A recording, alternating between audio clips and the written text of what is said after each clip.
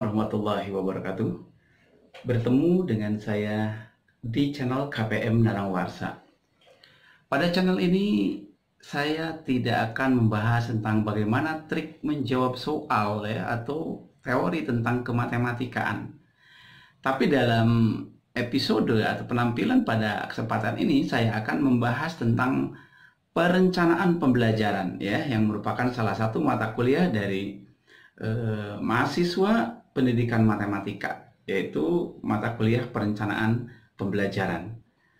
Oke, para mitra sekalian, pada saat kita ingin melakukan sesuatu, tentunya kita pasti mempunyai rencana dulu mempunyai rencana bagaimana kita melakukan pekerjaan itu di kemudian hari atau besoknya atau kapan saja.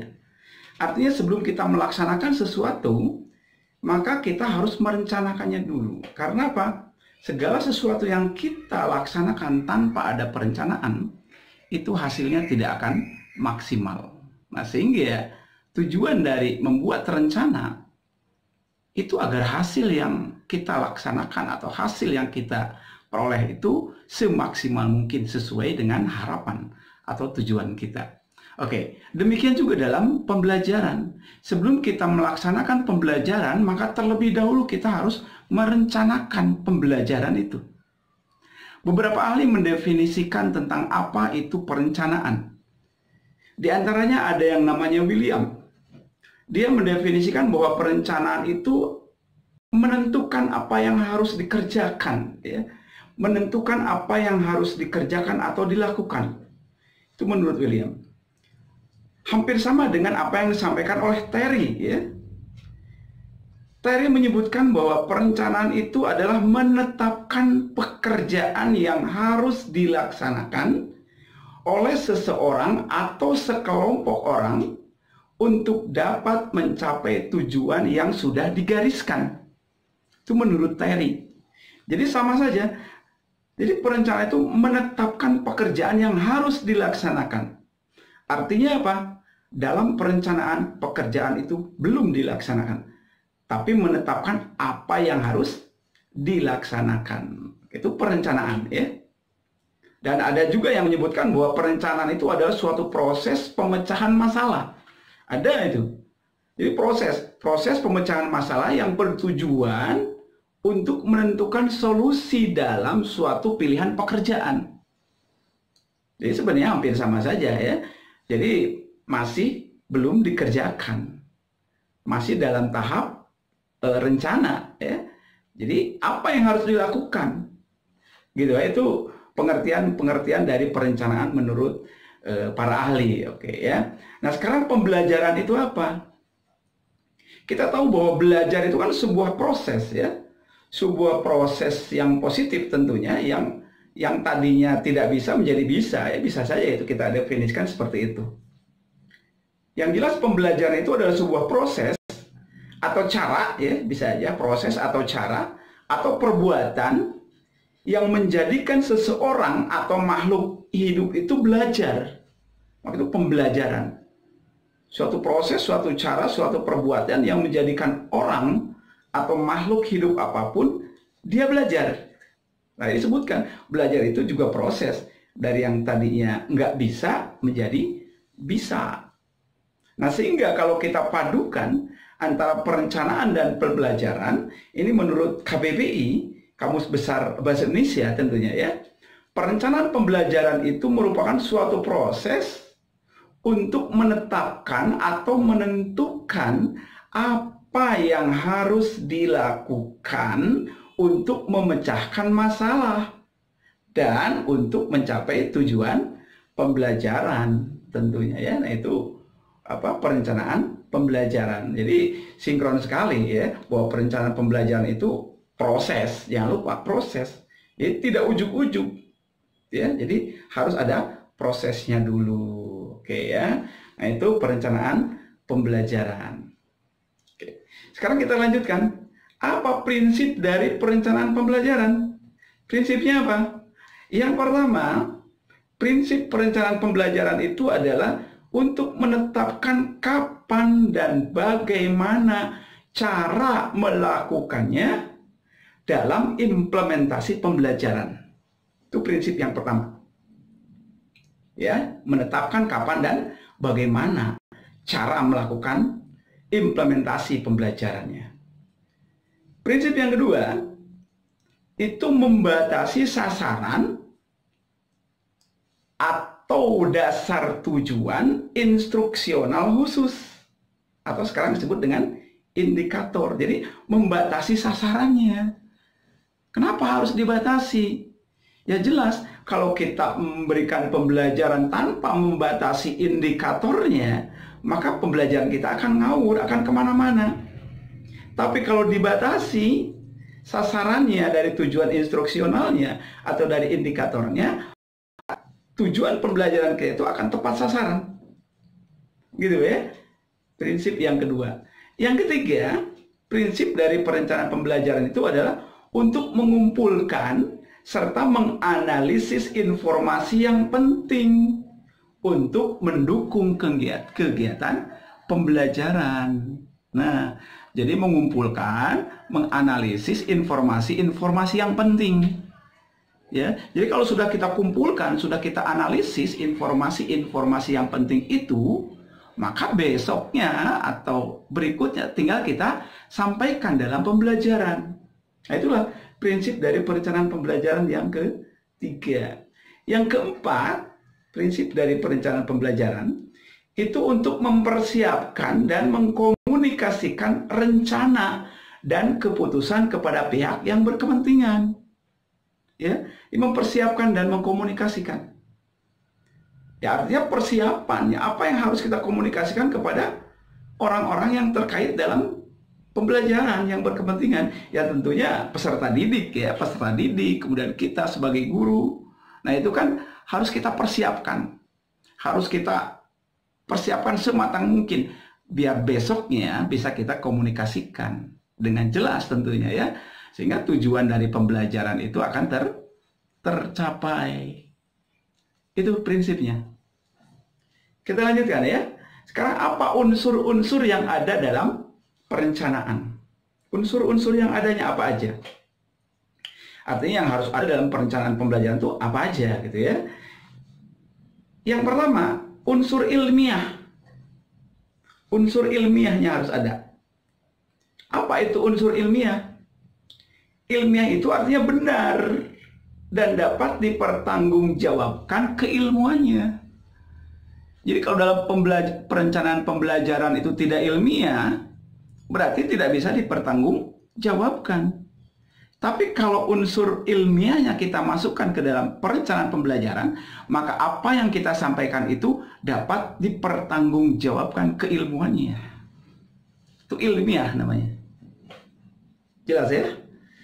Berikutnya, unsur dari perencanaan itu harus relevan. Relevan. Apa arti relevan? Relevan itu berarti memiliki kesesuaian antara yang satu dengan yang lainnya. Itu relevan namanya. Jadi sesuai. Ada kesesuaian antara yang satu dengan yang lainnya. Nah, itu unsur yang harus ada dalam perencanaan. Ya, yang pertama tadi adalah ilmiah, bisa dipertanggungjawabkan keilmuannya. Yang kedua, relevan. Jadi ada kesesuaian antara satu unsur dengan unsur yang lainnya. Yang ketiga, perencanaan itu harus sistematis. Artinya apa? Sistematis. Unsur yang satu dengan yang lainnya itu saling berkaitan. Ya. Jadi harus merupakan satu kesatuan. Itu artinya sistematis. Jadi unsur yang satu dengan yang lainnya saling berkaitan, ya, berkaitan sehingga menjadi satu kesatuan yang utuh. Itu sistematis namanya. Yang keempat, unsur yang harus ada dalam perencanaan itu adalah konsisten. Konsisten. Tentunya Anda tahu ya, apa itu konsisten? Apa coba? Jadi konsisten itu adalah hubungan yang konsisten itu apa? Antara kompetensi dasar, indikator, media, materi, model dan evaluasinya. Itu hubungannya harus konsisten. Ya. Jadi antara unsur-unsur kompetensi dasar, indikator, kemudian materi, media, model pembelajarannya, kemudian evaluasinya, itu harus konsisten. Yang kelima, unsur dalam perencanaan. Yang kelima, itu adalah harus memadai. Oke, memadai. Maksudnya apa? Memadai itu artinya cukup untuk menunjang kompetensi dasar. Harus cukup untuk menunjang itu. Jangan sampai kita kekurangan. Ini kompetensi dasarnya apa? Dalam perencanaannya nggak memadai, nggak sinkron. Ya, jadi harus cukup untuk menunjang kompetensi dasar, itu namanya memadai. Unsur yang keenam, harus aktual dan kontekstual. Aktual dan kontekstual.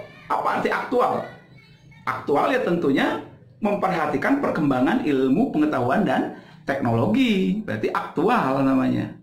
Tidak ketinggalan zaman. Sedangkan kontekstual itu apa? Harus diimplementasikan ke dalam kehidupan yang nyata. Berarti kontekstual namanya. Jadi dia harus aktual, harus kontekstual unsurnya. Unsur yang ketujuh, dalam perencanaan itu harus fleksibel.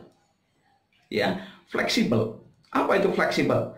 Ya, disesuaikan dengan karakteristik dari peserta didik. Ya, sesuaikan peserta didik kita seperti apa, maka perencanaan kita juga harus seperti apa. Ya, tidak kaku.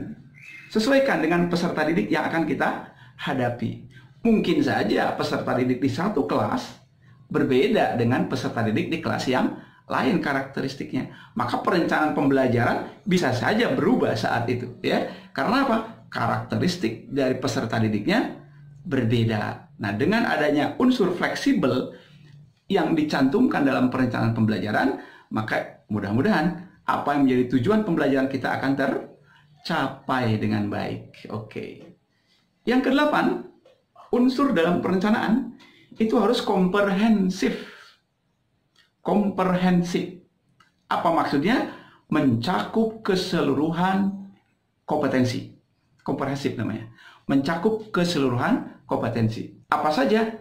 Ya, ada yang kognitifnya, afektifnya, dan psikomotoriknya. Jadi harus tercakup satu kesatuan itu. Semua kompetensi itu harus ada, ya. Jadi komprehensif namanya. Baik kognitif, afektif maupun psikomotoriknya. Nah, itu 8 unsur dari perencanaan. Gimana, jelas ya? Oke, kita lanjutkan. Apa sekarang fungsi dari perencanaan pembelajaran secara umum? Fungsinya buat apa gitu? Secara umum saja dulu ya. Yang pertama, fungsi perencanaan pembelajaran secara umum, yang pertama adalah mengorganisir seluruh aspek yang terkait dengan pembelajaran. Mengorganisir. Jadi dikumpulkan dalam sebuah organisasi gitu ya, organisasi perencanaan pembelajaran. Jadi mengorganisir seluruh aspek yang terkait dalam pembelajaran. Itu yang pertama. Yang kedua, fungsi perencanaan secara umum adalah berpikir lebih kreatif untuk mengembangkan apa yang harus dilakukan oleh peserta didik. Saya ulangi ya, berpikir lebih kreatif untuk mengembangkan apa yang harus dilakukan oleh peserta didik. Nah, jadi dalam perencanaan pembelajaran itu kita mencurahkan kreativitas kita. Apa yang harus dilaksanakan oleh peserta didik? Maka dicantumkan dalam perencanaan pembelajaran. Jadi sebagai guru atau calon guru, kita harus kreatif agar pembelajaran kita menyenangkan. Maka semua tergantung dari perencanaan pembelajaran sebelumnya. Yang ketiga, ini fungsi perencanaan secara umum ya. Yang ketiga, menetapkan sarana dan prasarana pendukung pembelajaran. Jelaslah, dalam perencanaan pembelajaran itu sarana dan prasarananya harus ditetapkan dulu. Biar apa? Biar mateng pada saat besok melaksanakan pembelajaran. Sarananya apa yang mau kita pakai, prasarananya apa, itu ditetapkan dalam perencanaan pembelajaran.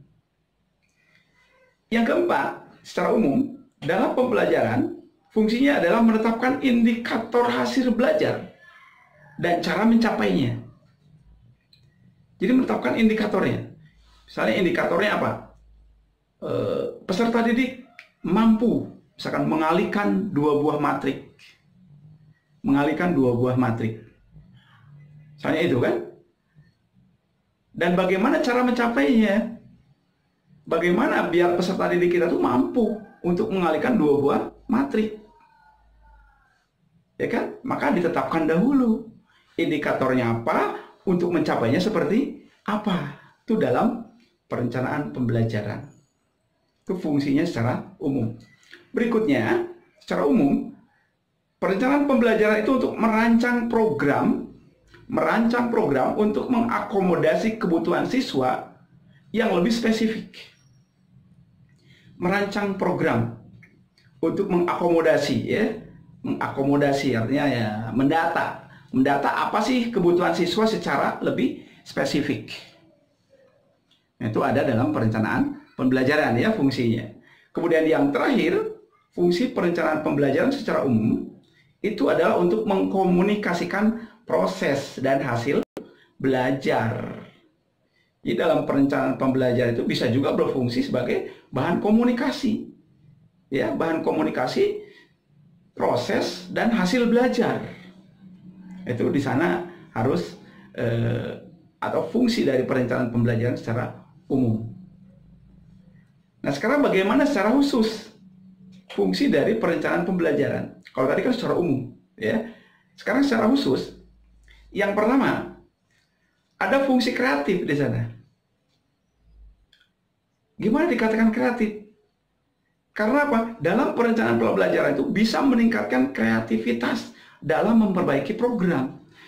Jadi kalau dalam perencanaan pembelajaran yang pertama kita melaksanakannya, ternyata masih ada kekurangan, maka perencanaan berikutnya kita akan mengubah supaya pembelajaran itu lebih bagus dari pembelajaran sebelumnya. Nah, disitulah ada fungsi kreatif dari gurunya, ya, termasuk juga siswanya. Fungsi kreatif namanya. Yang kedua, ada fungsi inovatif. Apa maksud inovatif? Dalam perencanaan pembelajaran akan muncul inovasi-inovasi yang baru. Ya, pasti akan muncul inovasi yang baru. Misalnya hari ini kita mengajar siswa, ternyata kurang mantap hasilnya. Berarti ini harus dibegitukan untuk berikutnya. Maka kita punya inovasi baru supaya pembelajaran berikutnya lebih menyenangkan lagi. Ada inovasi-inovasi yang baru. Maka fungsi perencanaan secara khusus itu adalah inovatif.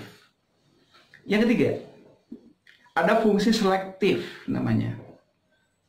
Apa maksud fungsi selektif? Ya, ada penyeleksian dari media, dari model pembelajaran, dari evaluasi apa yang tepat untuk siswa. Itu berarti kan selektif.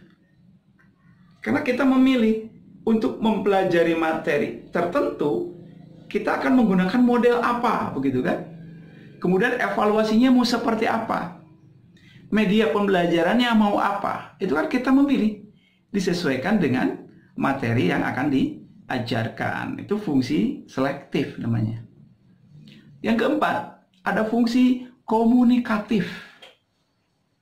Sekali lagi ya, fungsi komunikatif. Maksudnya apa? Dalam perencanaan pembelajaran itu akan dikomunikasikan dengan peserta didik, baik secara internal ya maupun secara eksternalnya ya. Jadi ada fungsi komunikasi di situ. Makanya dikatakan komunikatif. Yang kelima, ada fungsi prediktif. Fungsi prediktif. Maksudnya apa? Dalam fungsi prediktif itu, perencanaan pembelajaran itu bisa menggambarkan kesulitan dan hasil yang akan diperoleh dalam perencanaan pembelajaran. Jadi kesulitannya apa, itu sudah diprediksi. Ya. Kemudian hasil yang akan diperolehnya apa, itu akan bisa diprediksi. Walaupun pada kenyataannya mungkin tidak tercapai. Tapi yang jelas, sebelum kita memberikan pembelajaran, kita sudah bisa memprediksi. Ya, sudah bisa memprediksi hasilnya seperti apa. Itu namanya fungsi prediktif. Yang keenam, fungsi dari perencanaan pembelajaran secara khusus ada fungsi akurasi. Akurasi. Apa maksudnya?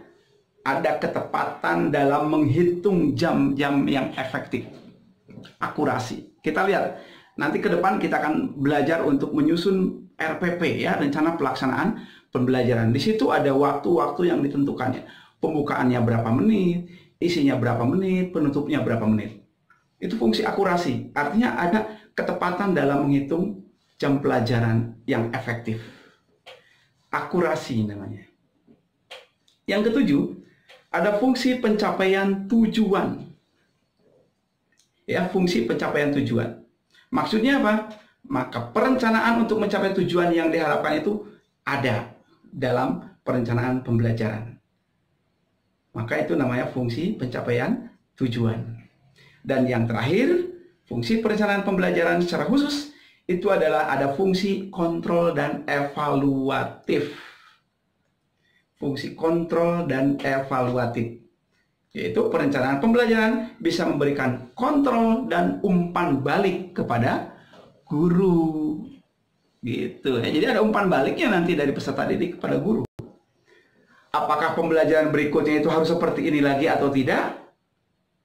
Itu bisa terlihat dari rencana sebelumnya. Nah, sehingga dikatakan bahwa fungsi perencanaan pembelajaran secara khusus dia mempunyai fungsi kontrol dan evaluatif.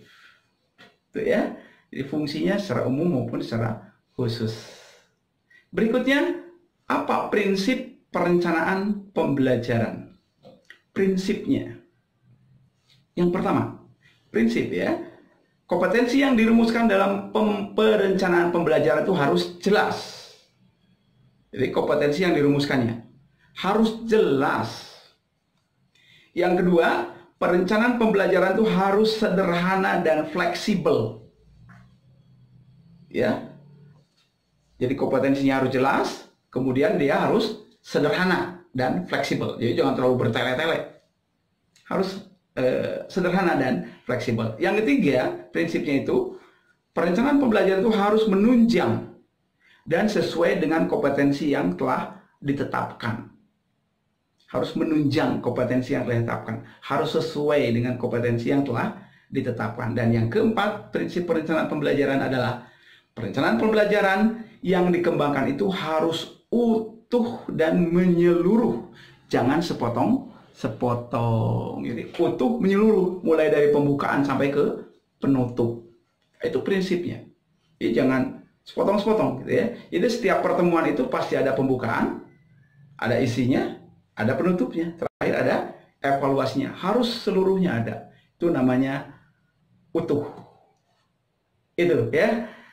Nah, jadi mungkin sekilas tentang perencanaan pembelajaran di pertemuan kuliah pertama ini, mudah-mudahan bisa menjadi pengantar apa yang harus kita lakukan sebelum kita menyusun rencana pembelajaran. Ya, tentunya lebih dahulu harus mengerti dulu apa itu perencanaan pembelajaran, perencanaan pembelajaran, fungsinya, manfaatnya, dan sebagainya. Ya. Nah, sekarang yang terakhir itu adalah apa sih manfaat dari perencanaan pembelajaran? Ya. Apa manfaat dari perencanaan pembelajaran? Manfaat yang pertama, perencanaan pembelajaran itu bisa dipakai sebagai petunjuk arah kegiatan dalam mencapai tujuan pembelajaran. Ya, karena kan intinya kita harus mencapai tujuan pembelajaran. Nah, perencanaan pembelajaran itu merupakan petunjuk arah kegiatan. Jadi, nunjukin kegiatannya harus seperti apa dalam mencapai tujuan pembelajaran itu. Nah, dicantumkan dalam rencana pembelajaran. Yang kedua, sebagai acuan dasar ya.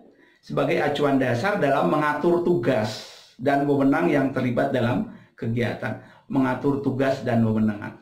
Guru harus seperti apa, siswa harus seperti apa. Nah, itu ada dalam perencanaan pembelajaran. Jadi, sekali lagi sebagai acuan dasar dalam mengatur tugas. Yang ketiga, sebagai pedoman kerja tentunya ya. Sebagai pedoman kerja bagi setiap unsur, baik guru maupun peserta didik. Pedoman kerja. Jadi kita bekerja itu ada pedomannya, tidak asal saja. Sehingga hasilnya sekali lagi akan sesuai dengan yang kita harapkan. Yang keempat, sebagai alat ukur yang efektif atau sebagai alat ukur efektif tidaknya suatu pembelajaran. Alat ukurnya perencanaan pembelajaran. apakah pembelajaran itu efektif atau tidak, itu sesuai dengan rencananya. Jadi perencanaan pembelajaran bisa digunakan sebagai alat ukur. Yang kelima, manfaatnya adalah sebagai bahan menyusun data dalam pembelajaran. Sebagai bahan penyusunan data dalam pembelajaran. Karena setelah ada perencanaan, kemudian dilaksanakan berikutnya atau besoknya, maka kita bisa mengevaluasi dan menyusun data-data apa kekurangan dan kelebihannya. Sehingga kita bisa membuat perencanaan untuk berikutnya lebih bagus lagi. Oke, dan yang terakhir, manfaat perencanaan pembelajaran adalah sebagai instrumen ya, alat, sebagai instrumen dalam waktu, biaya, tenaga, alat yang diperlukan dalam pembelajaran. Ya, fungsinya atau manfaatnya sebagai instrumen ya, instrumen dalam waktu, dalam biaya, dalam tenaga, alat yang diperlukan dalam pembelajaran. Itu manfaatnya ya. Jadi jelas sekali melaksanakan perencanaan pembelajaran itu sangat vital sekali. Dan itu adalah sesuatu yang wajib dilaksanakan oleh kita sebagai pengajar, sebagai guru atau sebagai calon guru. Mudah-mudahan apa yang saya sampaikan pada pertemuan pertama ini bisa membekali paling tidak pengetahuan dasar sebelum kita membuat suatu rencana pembelajaran. Mudah-mudahan bermanfaat, dan silakan untuk melengkapinya saudara baca buku-buku yang berhubungan dengan perencanaan pembelajaran. Itu saja yang bisa saya sampaikan pada pertemuan pertama. Billahi taufiq wal hidayah. Wassalamualaikum warahmatullahi wabarakatuh.